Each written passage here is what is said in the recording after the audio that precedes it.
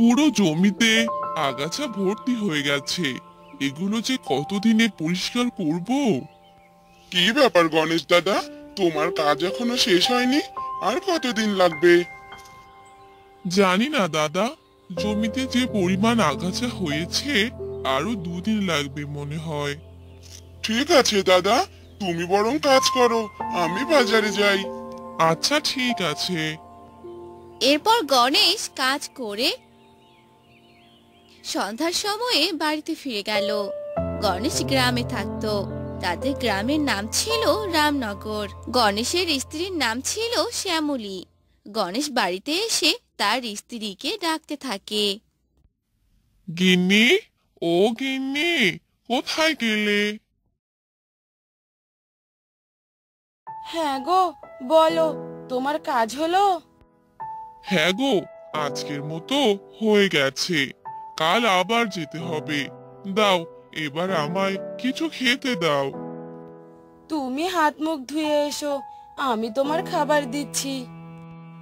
এরপর গণেশ হাত মুখ ধুয়ে আসে আর শ্যামলী তাকে খাবার খেতে দেয়। তারপর তারা রাতে ঘুমিয়ে পড়ে। পরদিন সকালবেলা, মা, ও মা, আমি খেলতে গেলাম। আচ্ছা মা, যা, তবে তাড়াতাড়ি চলে আসবি। ঠিক আছে মা। এই বলে টুনি সেখান থেকে চলে গেল। এভাবেই অনেক দিন যেতে লাগলো। গণেশের জমির ধানগুলো বড় হয়ে যায়। এসব দেখে গণেশ অনেক খুশি হয়ে যায়। তখনই গ্রামের মোড়ল সেই পথ দিয়েই যাচ্ছিল। গণেশকে দেখে মোড়ল বলে ওঠে, কি ব্যাপার গণেশ, তোমার ধান তো এবার ভালোই হয়েছে। তো আমার টাকা কবে ফেরত দেবে শুনি? আর হ্যাঁ, টাকার বিনিময়ে তোমার এই ধানটুকুই আমায় দিয়ে দিও। এসব আপনি কি বলছেন মোড়ল চাচা? সব ধান আপনাকে দিয়ে দিলে আমার সংসার কিভাবে চলবে? সেসব কিছু কি আর আমি জানি রে? তোকে যা বললাম তাই মনে রাখিস। এ কথা বলে মোড়ল সেখান থেকে চলে গেল। কয়েকদিন কেটে যাওয়ার পর গণেশ তার ধানগুলো মোড়লের বাড়িতে পাঠিয়ে দিল। অন্যদিকে গণেশের স্ত্রী গণেশকে বলল, হ্যাঁ গো, সবগুলো ধান তো মোড়লের বাড়িতে পাঠিয়ে দিলে, কিন্তু আমরা কি খাবো? বাড়িতে যা চাল ডাল ছিল প্রায় তো শেষ হয়ে গেছে। কি হবে এবার বলো তো? জানি না গিন্নি, কিছুই যে বুঝতে পারছি না। কি যে করব এবার আমি। তখনই সেখানে একটি বৃদ্ধা মহিলা চলে আসে। তার পায়ে ছিল কেটে যাওয়ার ক্ষত। সে অনেক কষ্টে হেঁটে হেঁটে গণেশের বাড়ি দিকেই যাচ্ছিল। বাড়িতে কেউ আছো মা? একটু সাহায্য করো আমায়। আরে বুড়িমা, এ কি অবস্থা আপনার? আপনার পা থেকে যে রক্ত বের হচ্ছে। আসুন আসুন, বসুন এখানে। আর বলো না মা, একটা ছোট গাছের সাথে ধাক্কা খেয়েছি। অনেক জোরে ব্যথা লেগেছে, তাই রক্ত পড়ছে। আমি ওষুধ লাগিয়ে দিচ্ছি, ঠিক হয়ে যাবে। হ্যাঁ রে মা, আমায় একটু খাবার দিতে পারবি? খুব খিদে পেয়েছে। খাবার? আচ্ছা বুড়িমা, দিচ্ছি। এরপর শ্যামলী ঘরে চলে গেল আর একা একা বলতে লাগলো, ঘরে যে কোনো খাবার নেই, কিছু চাল আর ডাল আছে। আমি বরং এগুলোই বুড়িমাকে রান্না করে দেই। এই নিন বুড়িমা, খেয়ে নিন। তোরা খাবি না? না বুড়িমা, আমরা খেয়েছি, আপনি খেয়ে নিন। তোর স্বামীকে একটা কলা গাছ কেটে নিয়ে আসতে বল। কলা গাছ? কলা গাছ দিয়ে আপনি কি করবেন বুড়িমা? একটা কলা গাছ নিয়ে আসতে বল, তাহলেই বুঝতে পারবি। এরপর শ্যামলী গণেশকে একটি কলা গাছ কেটে নিয়ে আসতে বলে, আর গণেশ একটি কলা গাছ নিয়ে আসে। আর সে বৃদ্ধা মহিলা সে কলা গাছে ঠেকি বানিয়ে দেয়। ও মা, এ তো দেখছি কলা গাছের ঢেকি, কিন্তু এটা দিয়ে কি হবে বুড়িমা? তোদের ঘরে কি চাল আছে? যদি থাকে তাহলে সেই চাল ঢেকির সামনে রাখবি। এই কলা গাছের ঢেকি তোদের সাহায্য করবে। আমি এবার আসি, আমার পা একদম ঠিক হয়ে গেছে।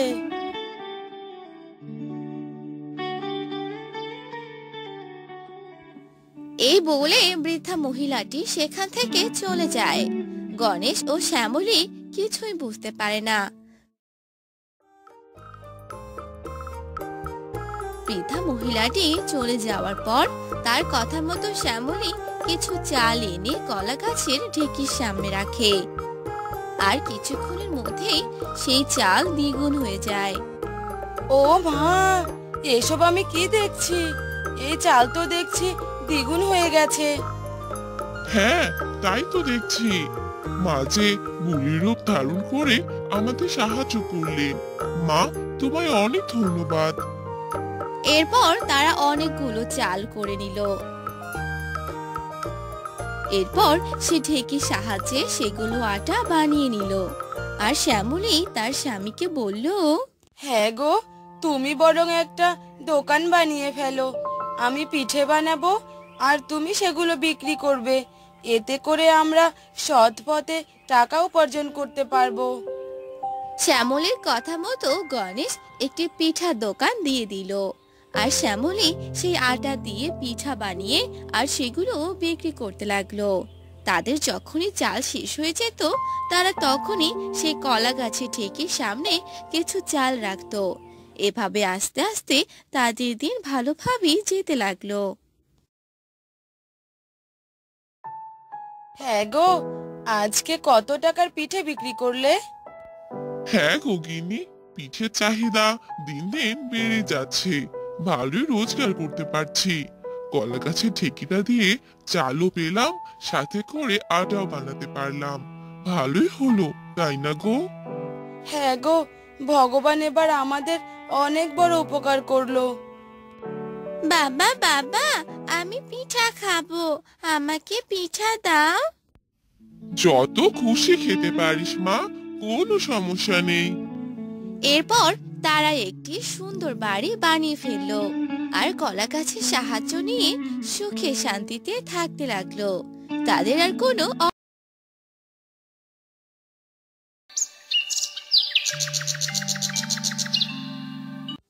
সোনাইনগর রাজ্যের এক গ্রামে সজল নামের একটি ছেলে থাকতো। সজলের মা মারা যাওয়ার পর সজল তার সৎ মায়ের কাছে বড় হয়েছিল। সজলকে গ্রামের সবাই অনেক ভালোবাসতো, কিন্তু তার সৎ মা তাকে একটুকুও ভালোবাসতো না। সজলকে একদম সহ্য করতে পারতো না।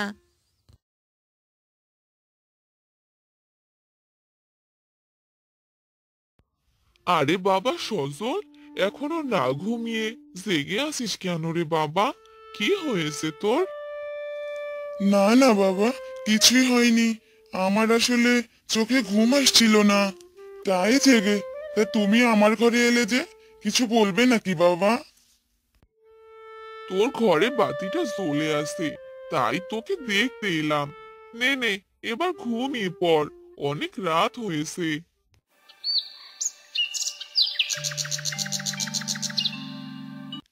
মা, আমি পড়তে গেলাম।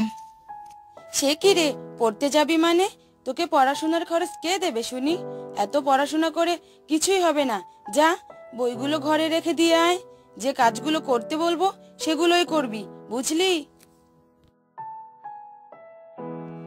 কি রে, এখনো দাঁড়িয়ে আছিস যে? আমার কথা কি বুঝতে পারিসনি, নাকি কানে যায়নি? কিন্তু মা, বাবা তো আমাকে পড়তে বলেছিল। ও, আর আমি যে পড়তে নিষেধ করেছি, এটা কি তোর মাথায় ঢুকছে না? বেশি কথা না বলে যা বলেছি তাই কর, না হলে আজ খাবার দাবার সব বন্ধ করে দেব। এরপর সজল ঘরে চলে গেল আর বইগুলো রেখে কাজ করতে লাগলো। সজল দা দিয়ে গাছের ডাল কাটছিল, তখনই সেই দা দিয়ে তার হাত কেটে যায় আর সজল চিৎকার দিয়ে ওঠে। আহ আরে কি হলো রে, এভাবে চিৎকার করে উঠলি কেন? মা, আমার হাত কেটে গেছে। দেখি দেখি কতখানি কেটে গেছে। ও, এই এতটুকুনি কেটেছে বলে এভাবে চিৎকার করলি? মরে তো আর যাসনি, মরে গেলে তবু একটু রক্ষা পেতাম। নে নে, কাজটুকু করে নে। কিন্তু মা, আমার হাত তো কেটে গেছে, আমি কিভাবে কাজ করব? আমি এত কথা শুনতে চাই না বাপু, কাজ করলে করো আর না করলে খাওয়া দাওয়া সব বন্ধ।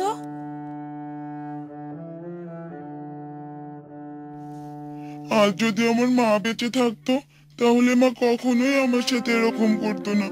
আমার কষ্ট মা ঠিকই বুঝতো। সজল এভাবে কান্না করতে করতে কাজ করতে লাগলো। এভাবেই সে দিনটা কেটে গেল। রাত হয়ে গেল। হাত কেটে যাওয়ার ফলে সজলের শরীরে অনেক জ্বর এলো। সজল অসুস্থ অবস্থায় সারা রাত পার করে দিল। পরদিন সকালবেলা। গিন্নি, ও গিন্নি, আমি কাজে চলে গেলাম, গরুটাকে একটু ঘাস এনে দিও। আচ্ছা ঠিক আছে, তাড়াতাড়ি চলে এসো।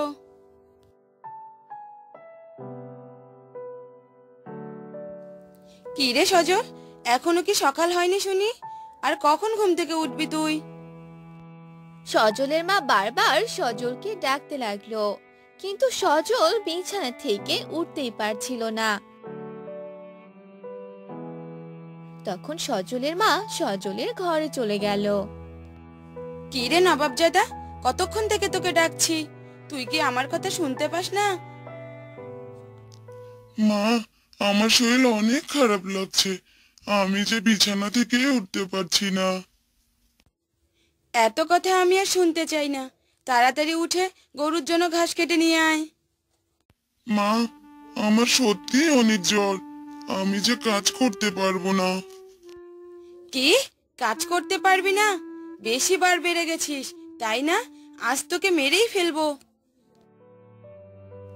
এই বলে সজলের মা একটি লাঠি নিয়ে সজলকে অনেক মারতে থাকে আর সজল ব্যথার যন্ত্রণায় কাতরাতে থাকে। আহ, আমায় মেরো না মা, আমার যে খুব ব্যথা লাগছে। আহ যা, এই বাড়ি থেকে বের হয়ে যা, আর কখনো এই বাড়িতে আসবি না। চলে যা বলছি, এক্ষুনি চলে যা। সজল কান্না করতে করতে বাড়ি থেকে বের হয়ে যায় আর সে হাঁটতে থাকে। হাঁটতে হাঁটতে সে একটি বড় নদীতে চলে আসে। নদীটা দেখতে অনেক বড় আর অনেক সুন্দর ছিল। নদীটাকে দেখে সজলের মন কিছুটা ভালো হলো, তাই সে নদীর কিনারায় বসে পড়লো আর তারপর তার সাথে ঘটে যাওয়া সব ঘটনা মনে পড়ে গেল আর সে আবারও কান্না করতে লাগলো। মা, তুমি কেন আমাকে একা করে চলে গেলে? আমাকে যে কেউ ভালোবাসে না, আমার যে অনেক কষ্ট হচ্ছে মা। সজল এভাবেই কান্না করতে থাকে। সজলের কান্না শুনে সে নদী থেকে একটি জলপরি উঠে আসে আর সজলকে বলে, কি হয়েছে বাবা, তুমি এভাবে কান্না করছো কেন?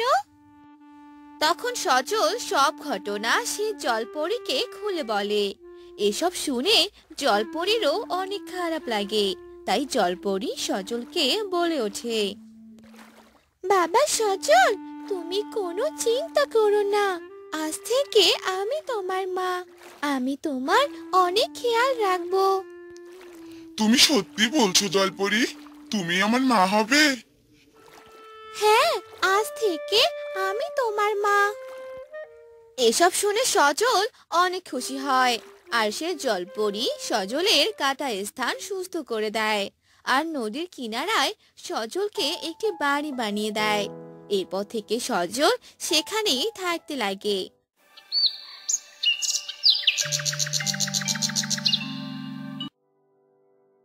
অন্যদিকে সজলের বাবা বাসায় এসে সজলকে দেখতে না পেয়ে সজলের মাকে বলে, কি গো, সজলকে তো দেখতে পাচ্ছি না। সজল কোথায় গেছে? আমিও তো জানি না কোথায় যে গেল, আমাকে তো কিছুই বলে যায়নি। কোথাও হয়তো ঘুরে বেড়াচ্ছে।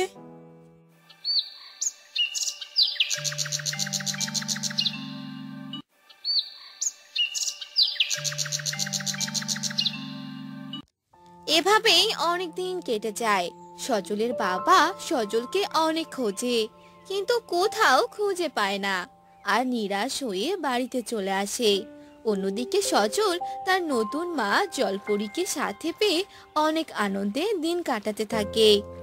মা, আজকে আমার মাছ খেতে অনেক ইচ্ছে করছে।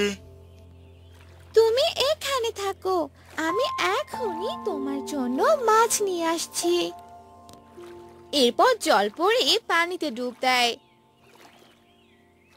আর মাছ তুলে নিয়ে আসে, আর সে মাছ রান্না করে সজলকে খেতে দেয়। আর সজল পেট ভরে খাবার খেয়ে নেয়।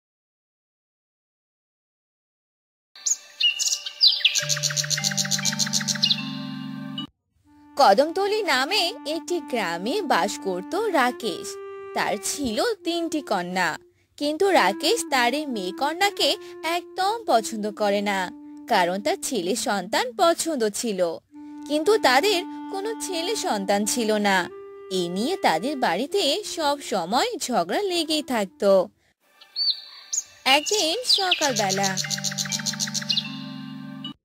বাবা বাবা, এই নাও তোমার ব্যাগ, তুমি তো এখন কাজে চলে যাবে। এ রে, যা, এবার তো আমার সর্বনাশ হয়ে যাবে। কেন বাবা, কি হয়েছে? কি আবার সর্বনাশ হবে তোমার? কারণ তোদের এই অপয়া মুখ দেখলে তো আমার কোনো কাজই ভালোভাবে হয় না, সর্বনাশ ডেকে আনে। যা, চলে যা এখান থেকে।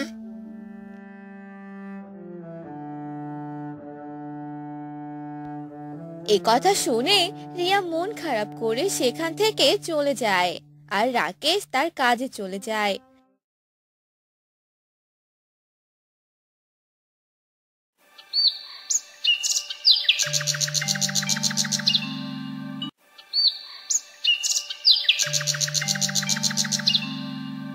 এভাবেই অনেকদিন চলে যায়। রাকেশের স্ত্রী আবারও গর্ভবতী হয়।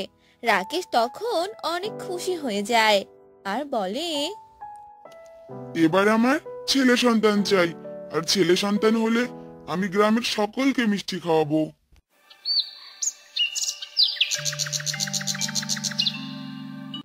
এভাবে অনেকদিন কেটে যায়, আর এবারেও রাকেশের ফুটফুটে একটি কন্যা সন্তানের জন্ম হয়। কন্যা সন্তান হওয়াতে রাকেশ ভীষণ রেগে যায় আর বলে, না, এবার আর এই কন্যাকে আমার বাড়িতে রাখবো না, একে আমি নদীতে ফেলে দিয়ে আসবো। না গো না, তুমি এভাবে বলো না। ও যে আমাদের সন্তান, ওকে তুমি নদীতে ফেলে দিও না। না, এই সন্তান আমি মানি না, আমি এক্ষুনি একে নদীতে ফেলে দিয়ে আসবো। যেই বলা সেই কাজ। রাকেশ তখনই সেই কন্যাকে নিয়ে নদীর কাছে যেতে লাগলো। রাকেশের বউ অনেক কাকুতি মিনতি করতে লাগলো, কিন্তু রাকেশ কোনো কথাই শুনলো না। আর নদীতে গিয়ে একটি পাত্রে সন্তানটিকে রেখে সে পাত্রটি ভাসিয়ে দিল। যা, এবার কোথায় যাবি, যা। হা হা হা, এবার আমার চিন্তা মুক্ত।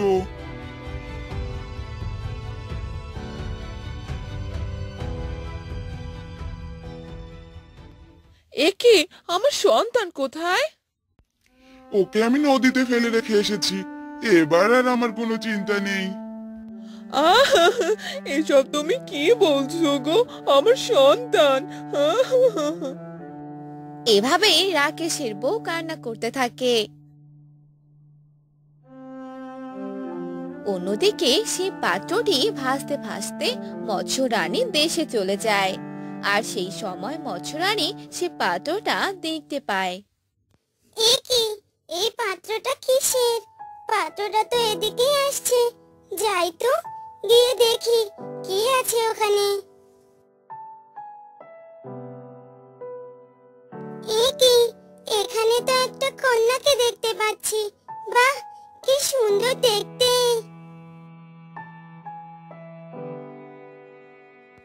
বাহ, কন্যাটি তো আমাকে দেখেই হাসছে।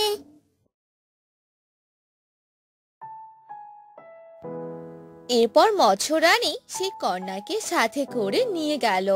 আর মৎস্য রানী পরিবারের সবাই সেই কন্যা সন্তানকে দেখতে পেল। আর সবাই বলতে লাগলো, একই মৎস্য রানী, আপনার হাতে তো একটি কন্যা সন্তানকে দেখতে পাচ্ছি, কিন্তু একে আপনি কোথায় পেলেন? সৃষ্টিকর্তার অশেষ রহমতে একে আমি একটি পাত্রে পেয়েছি। আমি অনেক বছর থেকে তোমাদের মৎস্যরানী হয়ে এখানে আছি, কিন্তু দুর্ভাগ্যক্রমে আমার কোনো সন্তান নেই। কিন্তু আজ আমি এই কন্যা সন্তানকে পেয়েছি, তাই আজ থেকে এই আমার সন্তান। কিন্তু রানীমা, এ তো কোনো এক মানুষের কন্যা, আর সে কি করে মৎস্য রানীর কন্যা হতে পারে? সে মানুষ কন্যা, তাতে কি হয়েছে? আজ থেকে সে মৎস্য রানীর মানুষ কন্যা হয়েই বড় হবে। তোমরা সব সময় আমার কন্যার খেয়াল রাখবে। জি মৎস্য রানী। এরপর থেকে সে কন্যাটি মৎস্য রানীর কাছে বড় হতে থাকে। আর মৎস্য রানী তাকে নদীতে সাঁতার কাটা সহ কিভাবে পানিতে নিঃশ্বাস নিতে হয় সব কাজ শিখিয়ে দেয়। মৎস্য রানী তার কন্যার নাম রাখে মনীষা।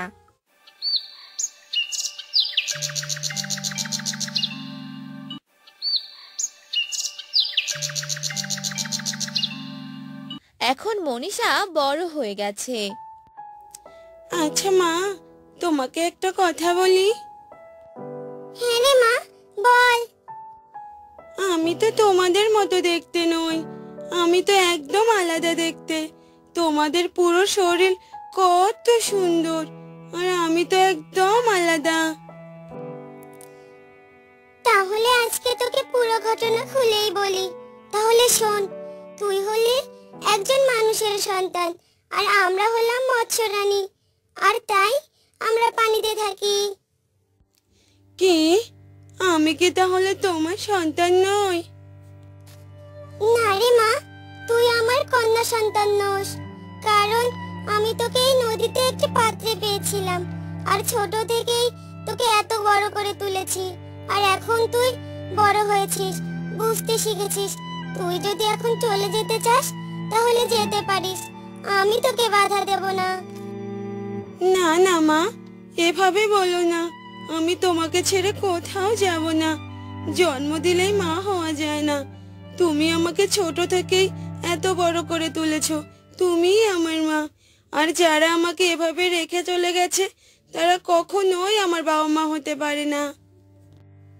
এসব কথা শুনে মৎস্য রানীর চোখে জল চলে এলো। আর মৎস্য রানী তার কন্যাকে জড়িয়ে ধরলো, আর সেখানে সুখে থাকতে লাগলো।